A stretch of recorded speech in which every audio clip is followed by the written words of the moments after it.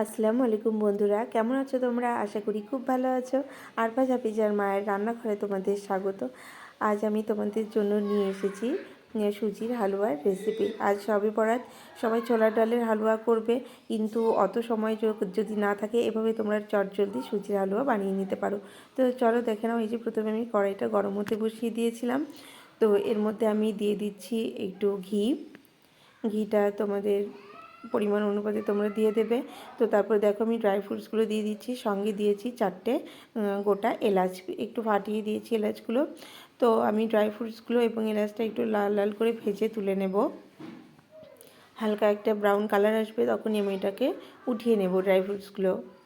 তো দেখো এই যে ভাজা হয়ে গেছে, এগুলো উঠিয়ে নিয়েছি। এবার ওতেই আর একটু ঘি দিয়ে দিয়েছিলাম। তো তারপর দিয়ে দিচ্ছি সুজি। এখানে আমি সুজিটা একটু, যেটা মোটা দানার যে সুজিটা পাওয়া যায়, আমি ওই সুজিটা এখানে ইউজ করেছি। এটা করলে খুবই ভালো হয় আর খেতে খুবই টেস্টি হয়। তো দেখো আমি এভাবে খুন্তির সাহায্যে বারে বারে এটাকে নেড়ে নিচ্ছি। এটাকে আমাকে বারে বারেই নাড়তে থাকতে হবে এবং হালকা একটা ব্রাউন কালার এটাতে আমাকে নিয়ে আসতে হবে। তো দেখো ভাজা হয়ে গেছিলো, ওই জন্য আমি এর মধ্যে খুবই সামান্য পরিমাণে জল দিচ্ছি। খুব বেশি জল দেবো না এখানে আমি, তার কারণ এখানে আমি তোমার এই সুজিটা একদমই শুকনো শুকনো করে নামাবো হালুয়াটা। তো দেখো এর মধ্যে আমি দিয়ে দিলাম সামান্য পরিমাণে নুন। নুনটা সামান্য পরিমাণেই দেবো। তো তারপরে আরও একটু ভালো করে এটাকে আমি নাড়িয়ে নিলাম। তারপর দিয়ে দিলাম চিনি। চিনিটা দেওয়ার পর আরও একটু এটাকে আমি ভালো করে নেড়ে দিচ্ছি। তো এভাবেই খুন্তির সাহায্যে আমাকে বারে বারে নাড়তে হবে। তারপর দিয়ে দিচ্ছি গুড়।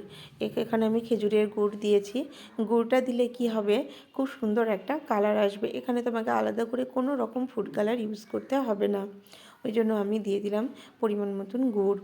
মিষ্টিটা তোমাদের স্বাদ অনুযায়ী দিয়ে দেবে তোমরা, যে কে কেমন কতটা মিষ্টি খাও। এভাবে আমাকে ভালোভাবে নাড়তে থাকতে হবে বারে বারে। আর গুড় চিনি ভালো করে মিশিয়ে নিতে হবে। গুড় আর চিনি ভালোভাবে মিক্স হয়ে আসলে তখন আমি ড্রাই ফ্রুটসগুলো দেব। তো দেখো এই যে এবার আমি এটাকে ভালো করে আর একটু নেড়ে নেব। তারপর আমি এর মধ্যে দিয়ে দিচ্ছি ড্রাই ফ্রুটস। ভেজে রাখা ড্রাই ফ্রুটসগুলো দেওয়ার পরে আরও কিছুক্ষণ এটাকে আমাকে ভালো করে নাড়তে থাকতে হবে। আর দেখে নিতে হবে যেন নিচ থেকে লেগে না যায়। আর আমাকে খুবই ভালোভাবে এটাকে বারে বারে নাড়তে হবে।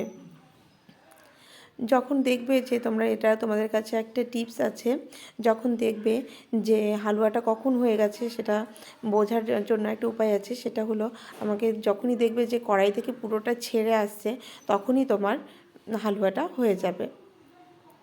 তো এই যে দেখো আমার এখনও এটাকে আরেকটু নাড়তে হবে ভালো মতো। যে আমি ভালোভাবে খুন্তির সাহায্যে উল্টে পাল্টে নেড়ে দিচ্ছি। এটা আমার হয়ে গেছে, দেখো উঠে আসছে, তার মানে আমার হালুয়াটা হয়ে গেছে। তো এইদিকে আমি দেখো একটা থালা নিয়ে নিয়েছি। ওই থালার মধ্যে আমি একটু ঘি মাখিয়ে নিচ্ছি। ঘিটা পুরোপুরি ভালো করে আমাকে মাখিয়ে নিতে হবে। তো এবার হালুয়াটা আমি ঢেলে দিচ্ছি। এখানে তোমরা যে যেমন পারো সেরকম তোমরা শেপটা দিতে পারো। আমি এখানে এটাকে প্রথমে একটা রাউন্ড শেপ দিয়ে নেব। তারপর এটাকে আমি বরফির আকারে অনেকটা কেটে নেব। এটা তোমরা চাইলে বাচ্চাদের টিফিনেও দিতে পারো। আমি আমার বাচ্চাকে মাঝে সাঝে দিই টিফিনে, ও এটা পছন্দ করে, আমার ছেলে এবং মেয়ে দুজনেই। তো প্রথমে যে দেখো আমি হাতে একটু ঘি লাগিয়ে নিয়েছি আর এটাকে একটা রাউন্ড শেপ দেওয়ার চেষ্টা করছি। একটু উপর থেকে চেপে দেব যাতে খুব বেশি মোটা না হয়। যে দেখো ঠিক এরকমই তোমরা মোটাটা এরকমই রাখবে। তো এটাকে আমি কিছুক্ষণ ঠান্ডা হওয়ার জন্য রেখে দিয়েছিলাম। তো তারপর এটাকে আমি কেটে নিচ্ছি। আমার বাচ্চা ছুরিটা নেওয়ার জন্য খুব বায়না করছিল, ওই জন্য আমি এটাকে খুন্তির সাহায্যে কেটে নিচ্ছি। তোমরা চাইলে ছুরির সাহায্যেও কাটতে পারো। আবার অনেকে যে কোনো কিছু ঢাকনা দিয়ে গোল শেপ বা চৌকো শেপ এরকমও তোমরা এটাকে দিতে পারো। তো দেখো আমি এটাকে বরফির আকারে কেটে নেব।